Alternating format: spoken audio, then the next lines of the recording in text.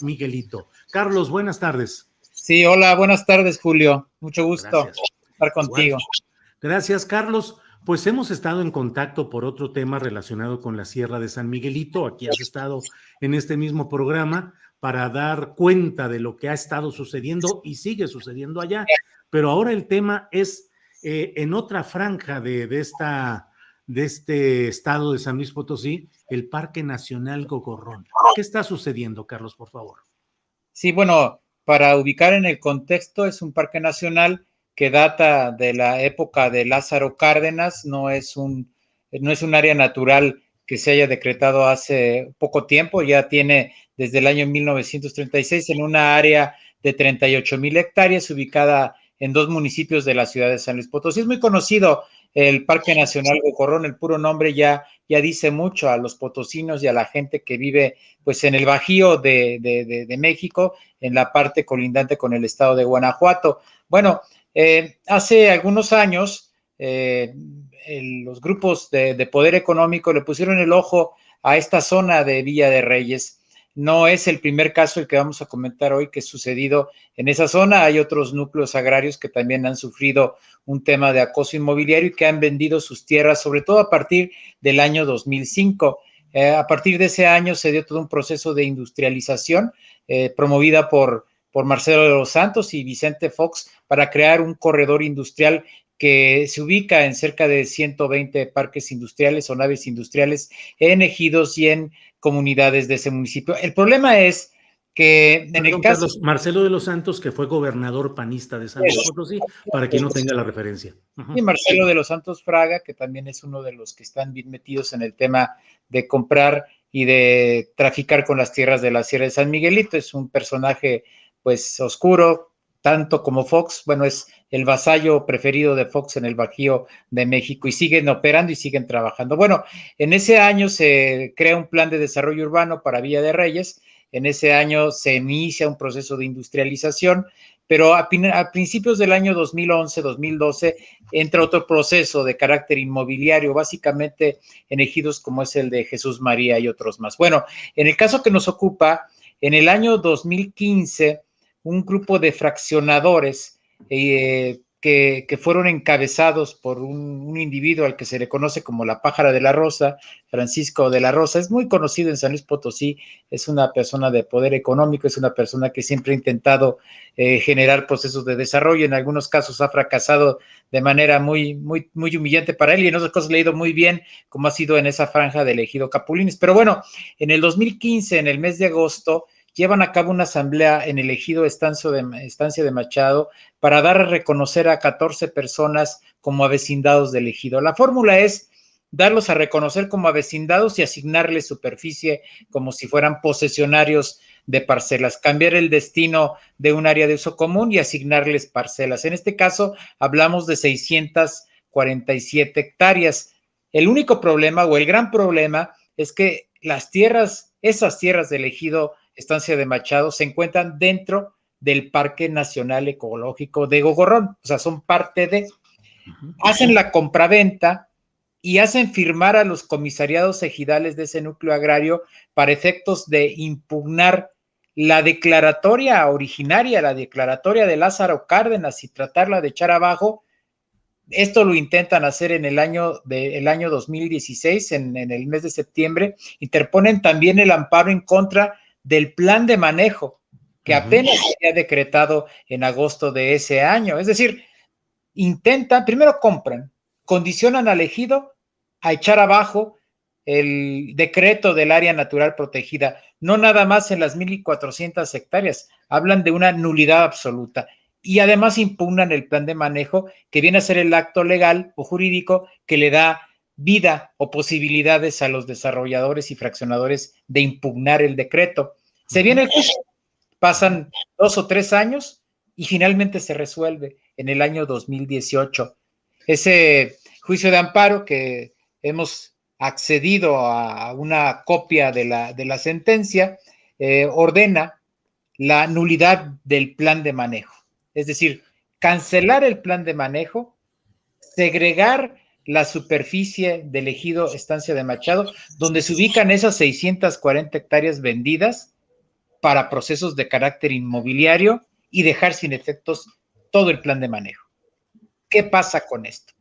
Pues con este hueco que le hacen al Parque Nacional Ecológico, todos los demás ejidos que están metidísimos en este tema del acoso inmobiliario industrial van a empezar a arrancarle a pedazos al decreto lo que ellos quieran urbanizar, los que ya ellos pretendan desarrollar. Dice el gobierno federal, no es tan grave porque no les vamos a dar otros permisos subsidiarios. Está bien, nos tumbaron el plan de manejo, pero no les vamos a dar permisos forestales, uso de suelo, etcétera. Pero eso a los desarrolladores no les importa, porque lo que querían era tumbar el plan de manejo, querían tumbar el decreto de área natural y le están dando un golpe mortal a lo que es un área protegida tan importante para lo que es San Luis Potosí, uno de los 3 grandes parques ecológicos o de áreas ecológicas como es Tanchipa, como Sierra de Álvarez, y en este caso del Parque Nacional Gogorrón. Es algo muy grave, es una componenda entre autoridades federales, estatales y municipales muy grave,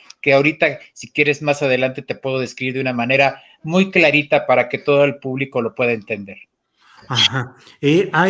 ¿Cuáles son las empresas inmobiliarias que han estado al acecho o promoviendo este tipo de acciones, Carlos Covarrubias? Sí, bueno, en este caso hay una empresa en específico, que es la empresa AVI. Con H. Esa empresa, se le relaciona también con gente de la clase política, sobre todo con grupos que han estado desarrollando vialidades, se les vincula también con la gente que ha estado desarrollando libramientos, etcétera. Y su cabeza visible es Francisco José de la Rosa Carpizo. Él es la famosa pájara de la Rosa, él es muy conocido. Él intentó invadir tierras de Guadalupe, Victoria y Mezquitic, acá en Mezquitic, en una franja de 20 y tantas hectáreas, e intenta comprar 400 hectáreas o pretende desarrollar 400 hectáreas en ese polígono comunal. O sea, no es, ahora es un pájaro muy conocido, es una persona que se dedica al negocio inmobiliario y que tiene una gran injerencia también en la vida política de San Luis Potosí. Esa es la cabeza visible. Está también Century 21, pero eso están en Jesús María. Están toda una serie de empresas, de desarrolladores que se encuentran ubicados también en la poligonal del ejido La Pila. Vamos a llamar que es una docena de empresas inmobiliarias detrás de las cuales hay otro tanto de empresas ensambladoras y de proyectos clúster que pretenden abarcar superficies enormes en lo que es este parque ecológico de Gogorrón. Carlos, hay además de todo esto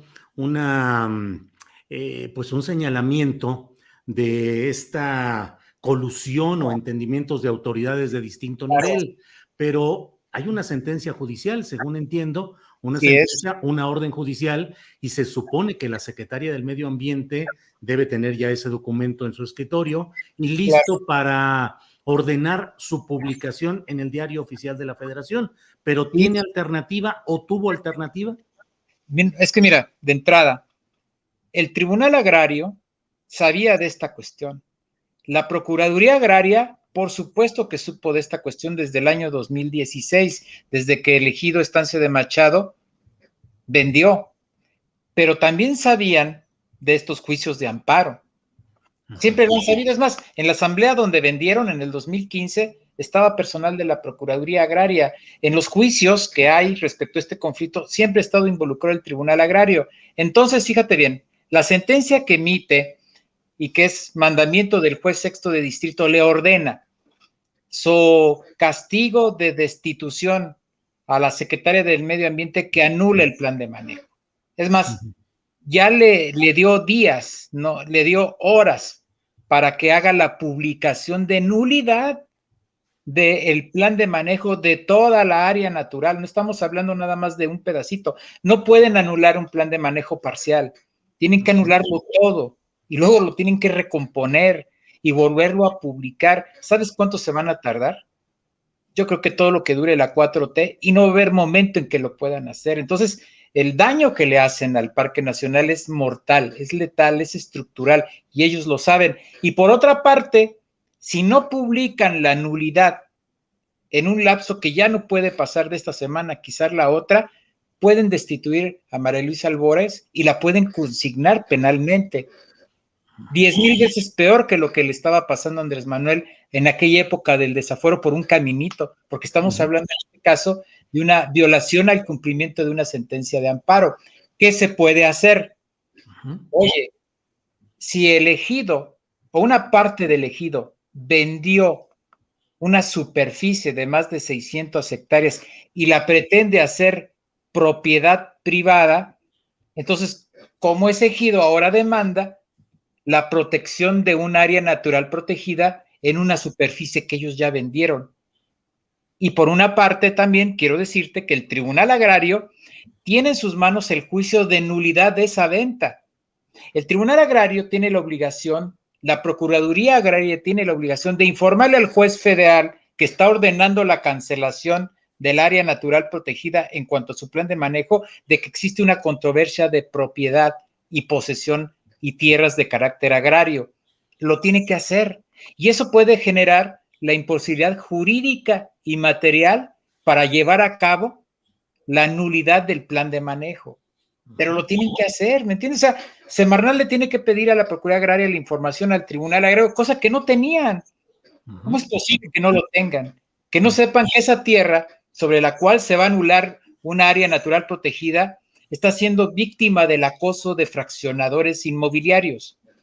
Pero Entonces, ¿es ignorancia o qué es, Carlos? Porque la gente que está abajo de la secretaria Albores, según lo que he podido escuchar y conocer, pues es gente muy experta en este tipo de cosas, porque muchos vienen incluso de las administraciones anteriores, de la Peñista y de algunas otras. ¿Es ignorancia o qué? no, y precisamente por eso, porque vienen de allá.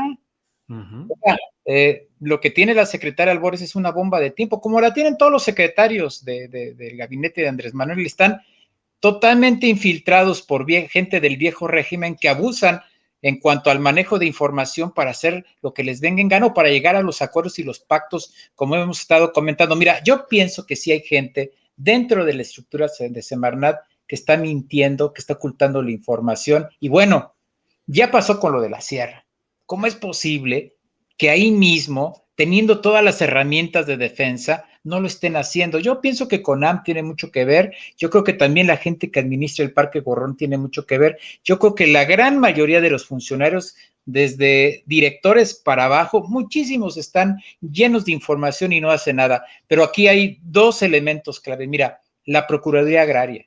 La Procuraduría Agraria tiene la información, la fotografía de todo lo que pasa en los ejidos. Saben que son áreas protegidas, saben que hay asambleas ilegales para adjudicar tierras y la Procuraduría Agraria de oficio tendría que estarle informando a Semarnat y el Tribunal Agrario, olvídate. ¿Cómo es posible que el magistrado agrario esté llevando juicios sobre tierras que se están vendiendo en áreas protegidas? Eso no puede ser. No estamos hablando de casos como el de la Sierra de San Miguelito, que está en un proceso para que se dé. Aquí ya se dio, desde Cárdenas. ¿Cómo es posible que no le dé para adelante el Tribunal Agrario en la nulidad de este tipo de fraccionamientos?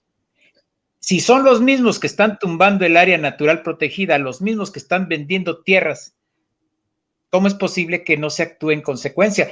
Sí se puede hacer algo, por supuesto, y nosotros se lo dejamos sobre la mesa a la Semarnat.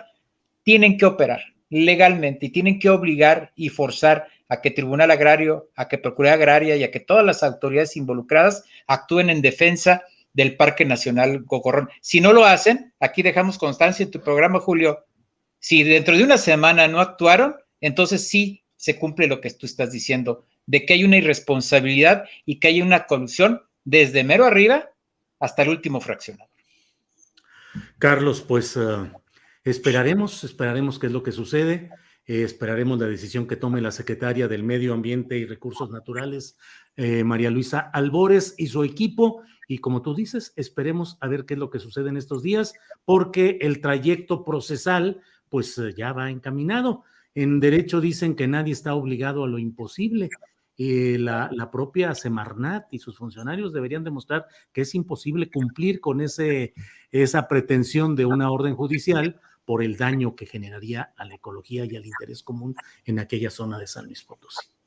Carlos, pues muchas gracias por esta oportunidad de tener la información oportuna de lo que está sucediendo en San Luis Potosí.